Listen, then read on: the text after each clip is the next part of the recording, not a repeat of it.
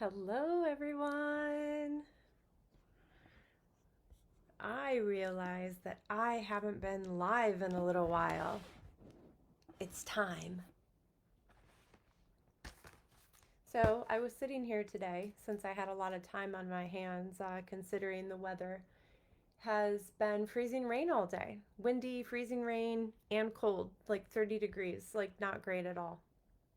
So, I hope you guys can hear me. Let me see. Hello? Oh, yes, you can hear me. So, I had some time and I was thinking about it. I was thinking about it from the perspective of when life, daily living changes, life gets challenging, and how we respond to that. And I mean, it could be in a multitude of ways, right? We could react, we could be calm. There are many different ways in which, we respond. But what I was most interested in when I was thinking about this was what actually determines how we respond. That's what I felt really interested in because looking at myself, over the course of the years, I've had, a wide range of how I've responded to different things. But one thing that I have always noticed about myself is that I would always respond really well in my career when it got challenging. And it was like in really chaotic environments, I could really just like almost like hunker right down inside of myself. And when shit got crazy, I could really show up and I performed really well in those environments.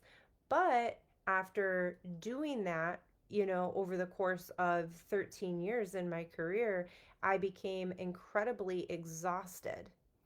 And when I stepped away from my career in 2023 and started restoring my system, because I got to the point where I felt like I couldn't handle anything anymore. For about 6 months, I mean, to be honest, I was concerned that I wouldn't like get off my couch. I was so tired. And I mean, I was getting up every day and, obviously taking care of myself and, my house and my life. Um, but I really struggled to show up for myself and for my life. And I felt really bad about myself because of this, because I really was so exhausted. And I was sitting here today and just thinking about all of this, in this not glorious weather that we're having. So I'm, got time on my hands and I'm sitting here thinking about this and I'm like, well, what actually you know, determines that internal structure and how well I was showing up before in my career. And then when I stepped away from it, how I was then showing up in my personal life. And I got 10, what I feel like these are 10 really good things to really look at with yourself if maybe you're struggling or you're going through a big change in your life or just in everyday life to help you out. So, number one is really it's unconscious conditioning.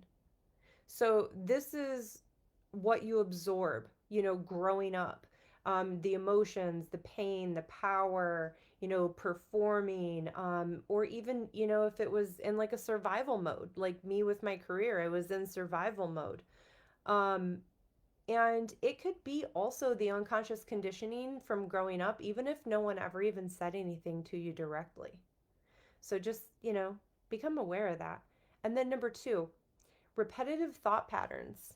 So that internal script that just loops, it goes around and around, kind of like in the background, and it dictates how you interpret things like your body, your relationships, your reality in general. Mine was incredibly, I would say, um, it was affected because of the type of environments that I was in. I was in highly chaotic, stressful environments. So, my thought patterns going on inside of myself were always about protecting myself. And why wouldn't they be? But then once I got out of those environments, I was still doing the same thing, even though I wasn't working the job anymore.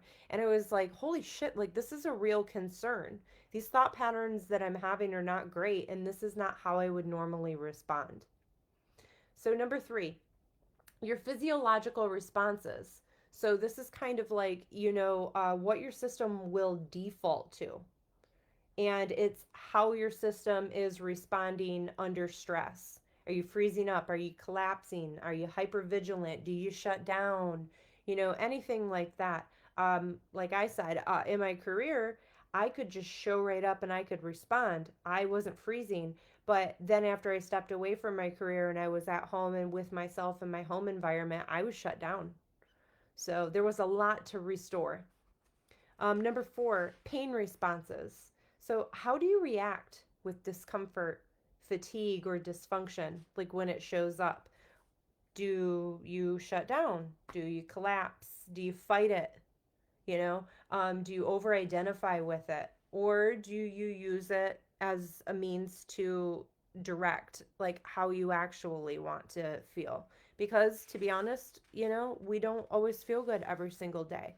So, what kind of response is happening inside of you when you don't feel well?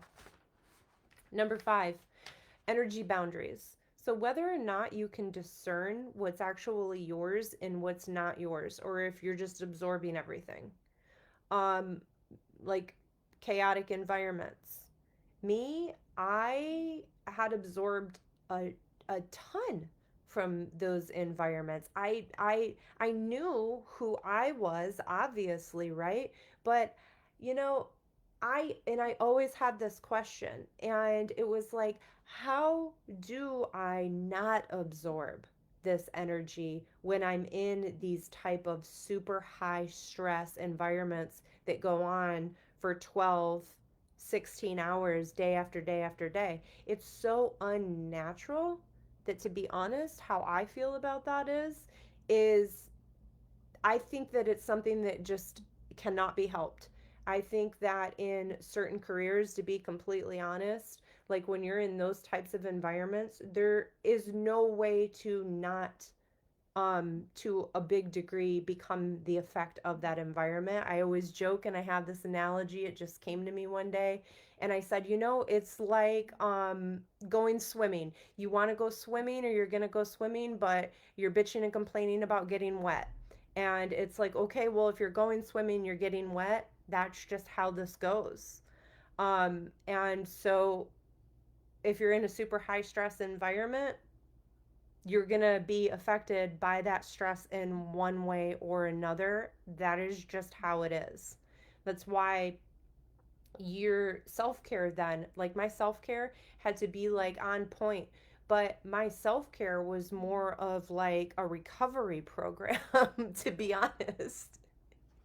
But let's not get off track. Okay, number 6, your emotional regulation capacity. So not just staying calm. Okay. So it's not just about staying calm, but being able to hold that type of like heavy energetic charge of like a chaotic environment and feel all that sensation and to stay present with it without spiraling out. Now, like in my job, I could do that, right? But by the time I got home, I felt physically like, we'll say energetically, like I was vibrating, is how I felt. And I've said this before, but it was like I had this deep sense within me where it was like I needed to just get low to the ground. And I had this thing where after working a 12-hour shift, 6 shifts in a row, I would come home and I would shower and I would just lay on my wood floor in my bedroom. Like before I even got on my mattress, and I would just lay there and just trying to let my nervous system relax because I was so tensed up. So, emotional regulation capacity, that was number 6. So, not just staying calm, but being able to hold that type of energy, feel the sensation, and stay present with it without spiraling out. So, number 7, patterns of self reference. What do you believe about yourself when things get hard? That's, I mean, a great question. What do you believe about yourself when things get hard? Are you the problem? Are you the victim? So, are you the one who has to fix it all? Or are you the one who shuts down? Let me tell you, I was exhausted because I was the one who thought she had to fix it all.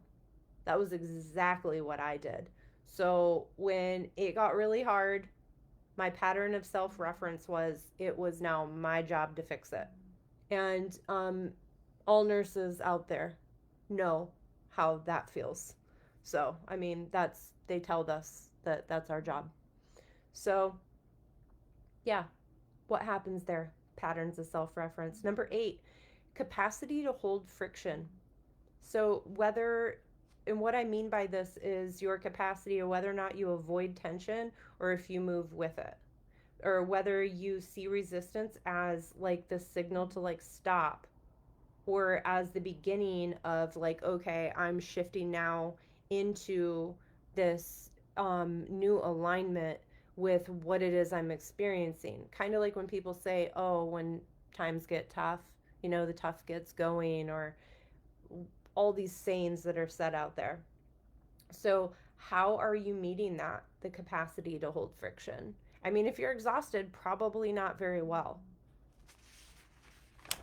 Number 9, clarity of personal truth. So, your ability to distinguish between programming and actual internal knowing. This is a huge one. Huge one. Being able to distinguish between programming and actual internal knowing. I just wonder how many people are doing this. Whether you follow your own signal or the loudest one in the room, whether it's a person, whether it's just like the energy of the space, that like the tone has been set there, and it's like nobody even has to say it. It is just what the area emanates. Number 10, last one, and then I'm done. Relationship to choice. So whether you make decisions from this place of ownership, or do you make decisions from this place of obligation? And I mean, we've all done both, obviously. But what is it that you're doing on a regular basis? And so or do you make them from like this internal alignment or from external pressure? From this place of you saying what it is, you being the command, or from this place of like shutdown? So those are my 10 elements that I've come up with, aspects, 10 things that determine your internal structure. Bye, you guys.